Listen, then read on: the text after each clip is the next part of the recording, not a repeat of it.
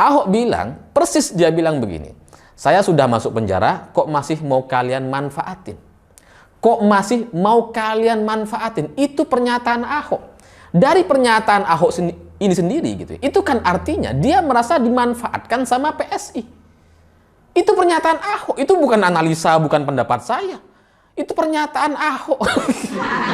Jadi kalau ada yang bilang bahwa saya memfitnah PSI, gimana ceritanya? Lawang Ahok sendiri yang bilang bahwa dia ngerasa dimanfaatin.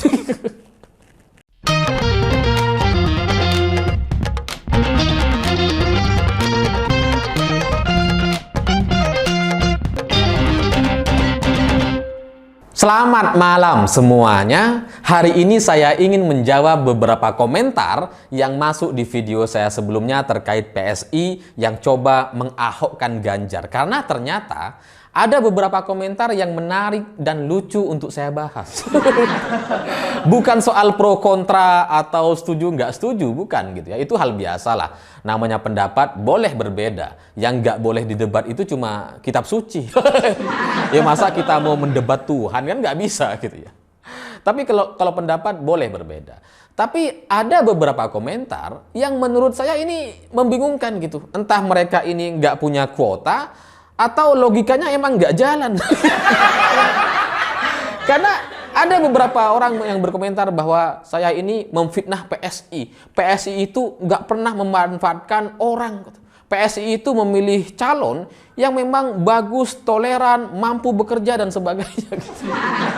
Jadi PSI nggak pernah manfaatin orang katanya. Jadi opini saya ini dianggap ngawur, nggak jelas. Padahal setiap saya bikin video itu kan selalu ada beritanya gitu, selalu ada insert beritanya. Jadi dari setiap yang apa saya sampaikan pasti ada referensi dan landasannya gitu. Nah, pernyataan saya yang menyebut bahwa PSI memanfaatkan Ahok di Pilkada 2017 itu adalah penjabaran dari pernyataan Ahok sendiri. Karena ketika Ahok diajak untuk masuk gabung bersama PSI setelah Ahok keluar dari penjara gitu ya, itu kan sempat diajak tuh untuk gabung dengan PSI, dirayu, digoda lah, apalah bahasanya gitu ya. Nah waktu itu Ahok sempat menjawab gitu. Ahok bilang, persis dia bilang begini, saya sudah masuk penjara, kok masih mau kalian manfaatin? Kok masih mau kalian manfaatin? Itu pernyataan Ahok. Dari pernyataan Ahok ini sendiri gitu, itu kan artinya dia merasa dimanfaatkan sama PSI. Itu pernyataan Ahok, itu bukan analisa, bukan pendapat saya. Itu pernyataan Ahok. Jadi kalau ada yang bilang bahwa saya memfitnah PSI, gimana ceritanya? Lawang Ahok sendiri yang bilang bahwa dia ngerasa dimanfaatin. Jadi sampai di sini yang ngawur siapa? Gitu.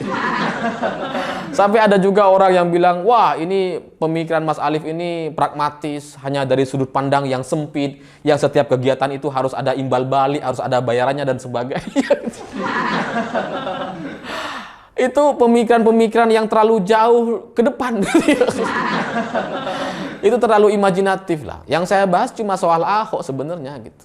Jadi Ahok merasa dia dimanfaatin, makanya saya kemudian menjabarkan tuh. Jadi kalau kalian nggak terima dan kemudian menilai saya bersudut pandang yang sempit dan sebagainya, terserah. Tapi kalau saya pribadi gitu ya, kalau saya ditanya apakah setiap kegiatan harus ada manfaatnya, harus gitu.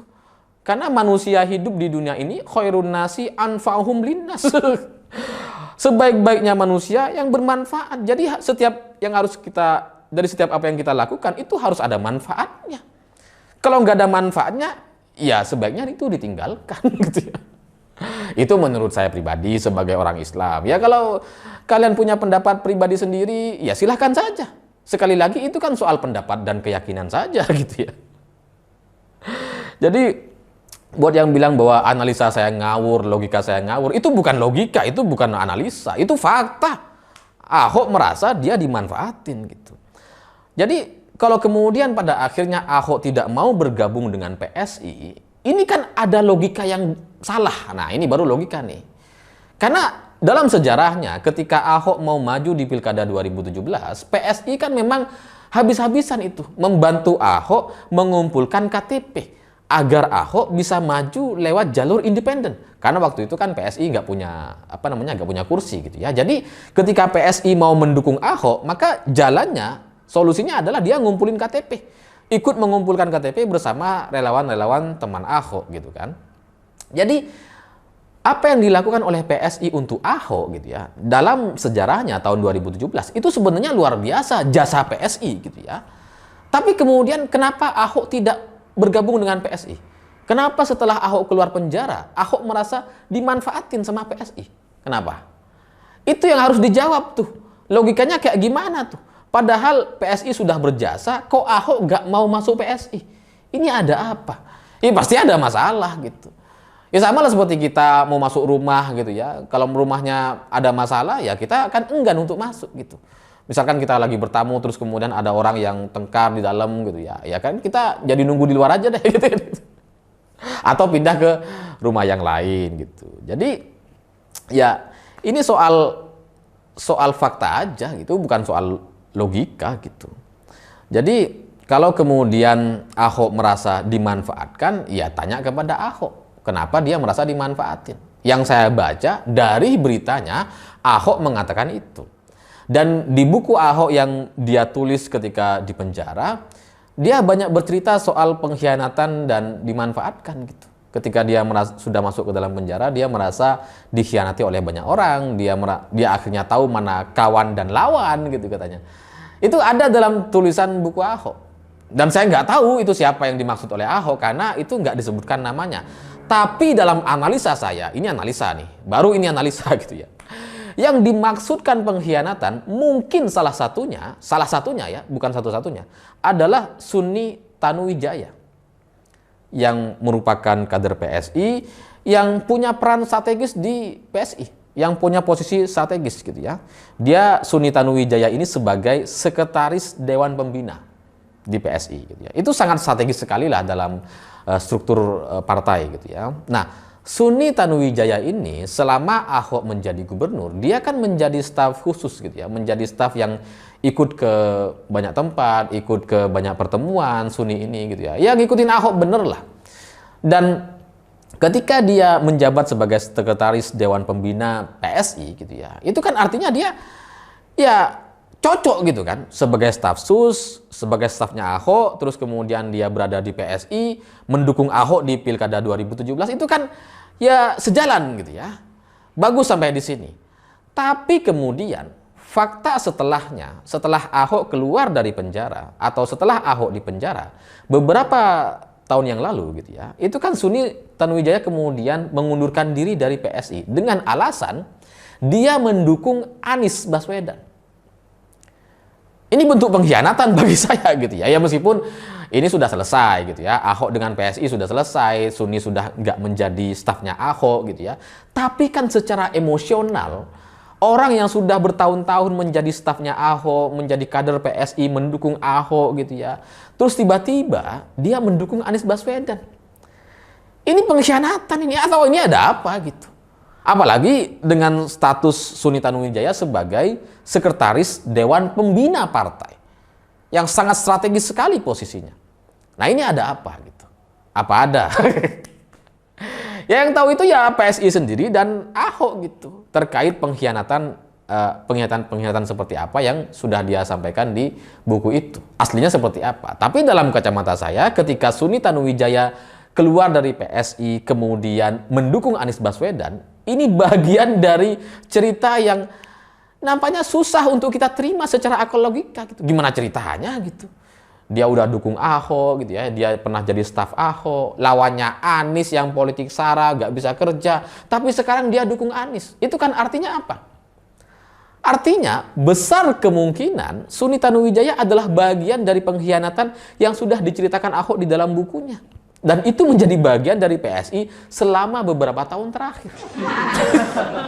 Dan bisa jadi nggak cuma Suni Tanuwijaya gitu ya, yang seperti itu gitu. Karena ada juga yang keluar siapa ya dari kader PSI gitu ya, mantan wakil menteri, terus kemudian dia juga merasa dia mau dukung dukung Anies. Ya aneh gitu. Lawang kita aja yang nggak pernah jadi stafnya Ahok, nggak pernah menjadi struktur organisasi partai untuk mendukung Ahok di Pilkada 2017. Saya merasa mustahil kalau kemudian tahun 2024 kita harus mendukung Anies Baswedan. Susah gitu, susah untuk dipercaya gitu. Tapi ini Sekretaris Dewan Pembina Partai PSI dukung Anies. Jadi ada banyak cerita kayaknya di balik itu gitu ya. Saya tahu tapi saya nggak mau cerita, nanti malah disalah-salahin lagi. Nanti karena ditanya, mana datanya? Jadi ya kalau kita mau bicara soal logika, di sini logikanya yang harus dipertanyakan gitu. Logis nggak ada orang yang bertahun-tahun ngikut Ahok terus kemudian dukung Anies? Terus kemudian yang terakhir yang juga menarik untuk saya jawab adalah orang-orang PSI, bukan PSI, orang-orang yang pro dengan PSI gitu ya.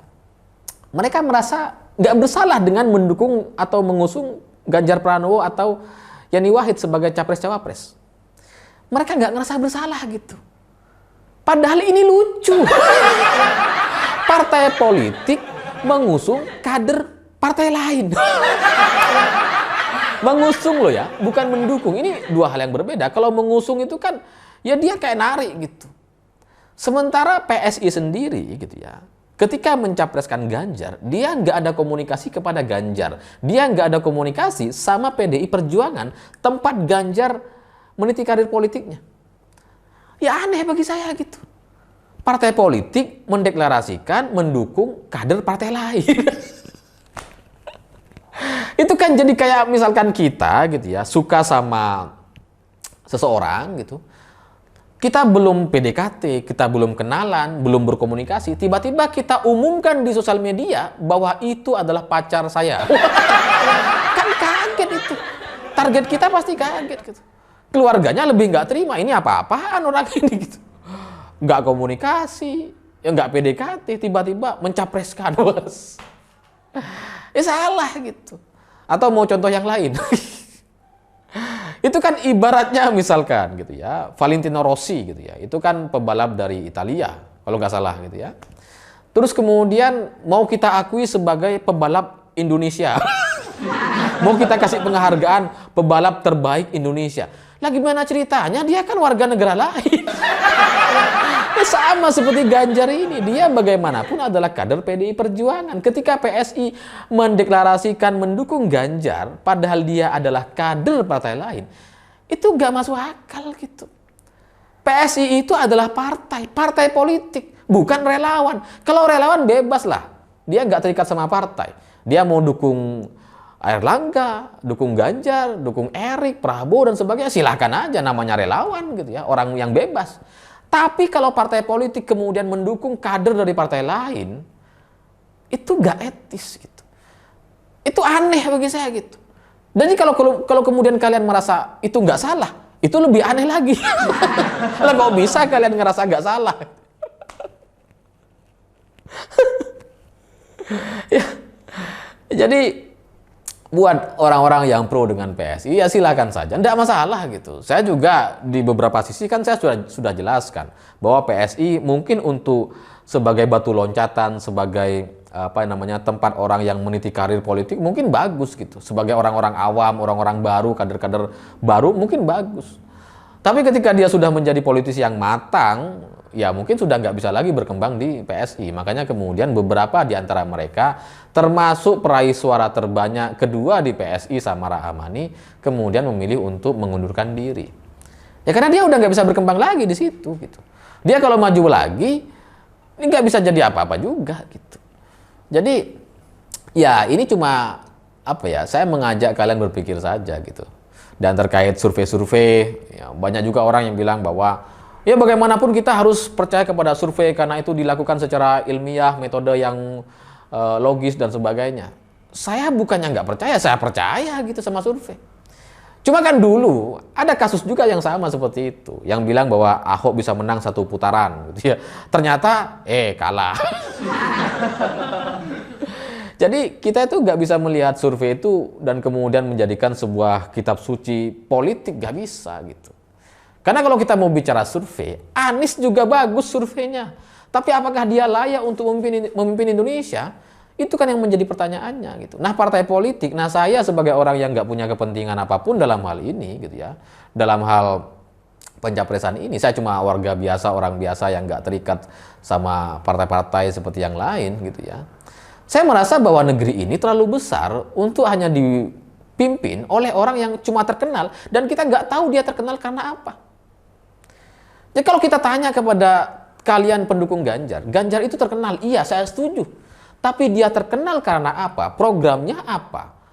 Kemudian apa yang sudah dia kerjakan? Kalian pasti bingung untuk menjawabnya.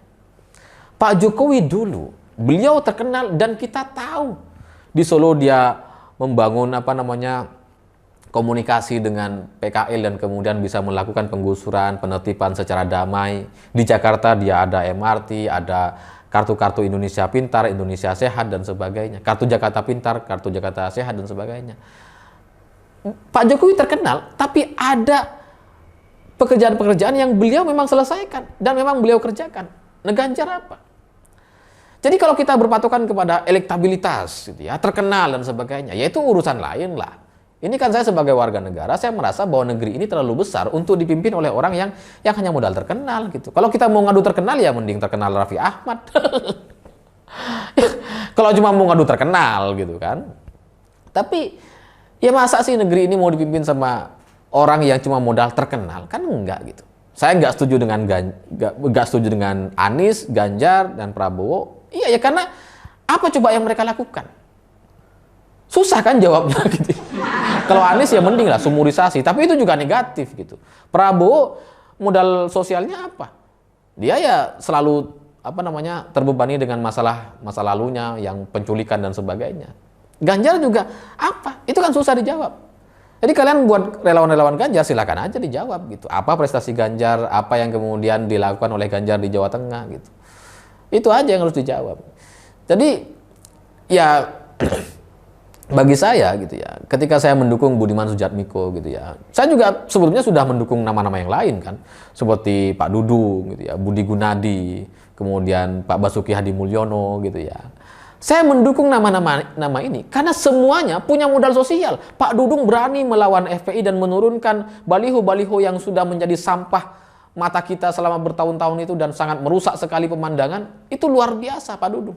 Budi Gunadi mampu melakukan transformasi dan mengatur birokrasi dan aturan-aturan terkait pandemi sehingga kita jadi lebih jelas apa yang harus kita lakukan ke depan. Meskipun saya beberapa hal nggak setuju dengan Pak Budi Gunadi terkait penanganan pandemi, tapi apa yang beliau lakukan itu bagus. Dia bisa membuat aturan-aturan yang pas gitu, yang membuat rakyat jadi nggak bingung.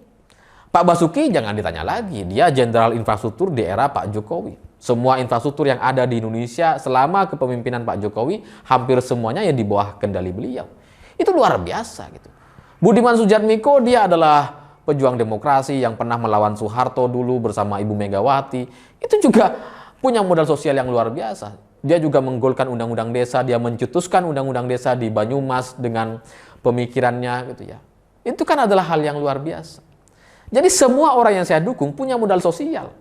Nggak terkenal memang, tapi modal sosialnya luar biasa. Bagi saya negeri ini harus dipimpin oleh orang yang punya modal sosial, bukan cuma modal terkenal. Ya tapi ya sekali lagi itu pendapat saya. Kalian beda pendapat silakan aja gitu. Dan kalau soal menang kalah, saya yakin bahwa setiap orang yang saya sampaikan, yang saya dukung gitu ya, baik itu Pak Dudung, Budi Gunadi, Basuki Hadimulyono atau Budiman Sujatmiko, kalau mereka didukung oleh PDI Perjuangan, saya yakin mereka menang. Karena apa? Karena mereka punya modal sosial. Nggak cuma terkenal. Kalau soal terkenal itu urusan apa? Urusan berapa bulan kampanye itu selesai. Bisa itu. Tapi modal sosial, sejarah, itu nggak cukup sebulan 2 bulan untuk membuat itu. Gitu. Nah Ganjar, Anies, Prabowo apa? Itu tantangan saya. Saya pikir itu. Terima kasih sudah menonton. Begitulah kura-kura.